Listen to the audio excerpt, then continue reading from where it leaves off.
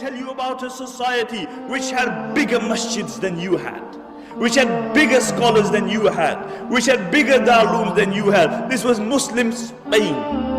It had far bigger masjids than you had. Qurtuba, in the height of its flowering, had over 600 masjids. Where there were 600 masjids, we found one, and that was closed. Why? What happened? Because these are people who forgot Allah, and Allah made them forget themselves. Have you seen the Alhambra Palace? Wallahi, when you look at the Alhambra Palace, the eyes marvel at the architecture and artistry. It is an amazing palace, and throughout the palace you will see one word, La Ghaliba illallah. That dominance is only for the sake of Allah. Dominance is only for the sake of Allah. Where are those people who wrote La Ghaliba illallah? Where are those people? See, La Ghaliba, the engraving remained on the walls, but the reality of it was removed from their hearts. And the reality is that the Alhambra Palace, to a great degree, encompasses the decline of the Muslim Ummah.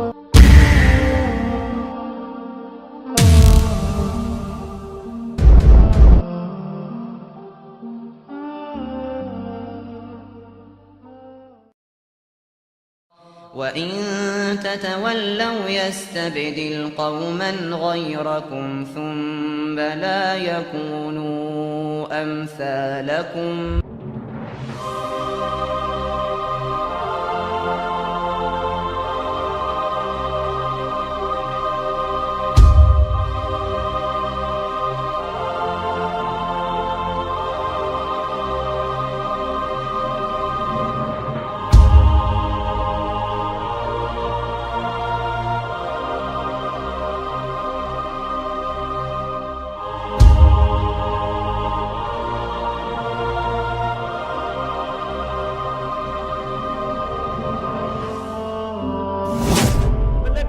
About a society which had bigger masjids than you had, which had bigger scholars than you had, which had bigger darulooms than you had. This was Muslim Spain. It had far bigger masjids than you had. Qurtuba, in the height of its flowering, had over 600 masjids. Where there were 600 masjids, we found one, and that was closed. Why? What happened? Because these are people who forgot Allah, and Allah made them forget themselves.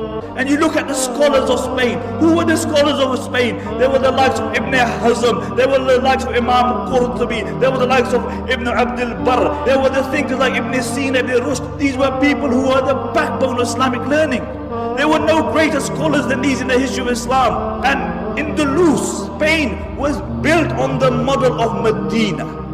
And as long as their focus remained on Medina, they flourished. But when their focus turned toward the dunya, then that same progressive society sank. Because the Muslims were not created for the dunya.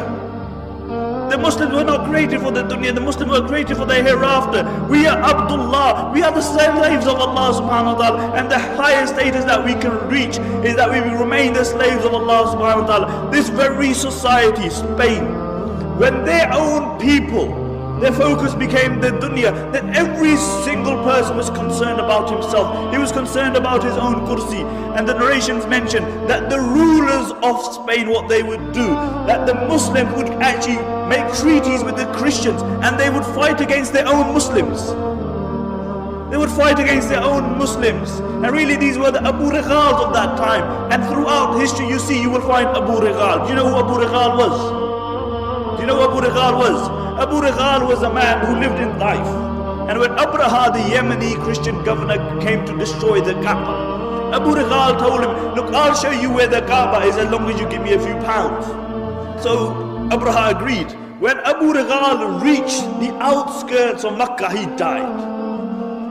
And what the Arabs would do, they would pelt his grave with stones, because he was a man who was ready to sell his religion and his people for $1 and a dime. And until today, the Arabs say, if they see a person of a deceptive nature, they say, Hu Abu Righal. He's Abu Righal. And these were the Abu Righals of that time. And one place after the other fell in Muslim Spain. One place after the other. Until there was only one place left, and that was Granada. And Granada fell 50 years after the rest of Spain. until Abu Muhammad, he drew a treaty with the Christians on the condition that he would allow them to take over, on the condition that they would not persecute the Muslim, that they would not forcefully convert the Muslims, that they would not remove the Muslim from their post. And when the Christians came in, the first thing they did, they reneged on their promise. And when they entered the Alhambra Palace, have you seen the Alhambra Palace? Wallahi, when you look at the Alhambra Palace, the eyes marvel at the architecture and artistry. It is an amazing palace, and throughout the palace you will see one word, La Ghaliba illallah. That dominance is only for the sake of Allah. Dominance is only for the sake of Allah. Where are those people who wrote La Ghaliba illallah? Where are those people? See, La Ghaliba, the engraved remained on the walls, but the reality of it was removed from the hearts. And the reality is that the Alhambra Palace, to a great degree, encompasses the decline of the Muslim Ummah, whilst the mud hut in which Umar ibn Khattab radiallahu anh lived embodies the spirit of Islam. And really, when these Christians, they walked into the Alhambra, they found the highest place that they could find, and they erected a crucifix there. And when Abu Muhammad saw this, he began to cry. He began to cry, and his mother rebuked him. She said, why are you crying like a woman when you couldn't defend it like a man? Why are you crying like a woman when you couldn't defend it like a man? And this is our state today, really. We whinge about everything. We blame everybody else besides ourselves. We blame the Christians, we blame the Jews, we blame everybody else. But it's one person we don't blame, it's us. We even blame time. The zamana yesaya. As the Arabic poet says, it's a na'ibu zamanana wal aibu fina wa ma li zamanina aibun siwana. He said, we find fault in time, but the reality is that the fault lies within us. And if there was any one fault in time, it is that it has to carry the likes of me and you. That's the only fault with time.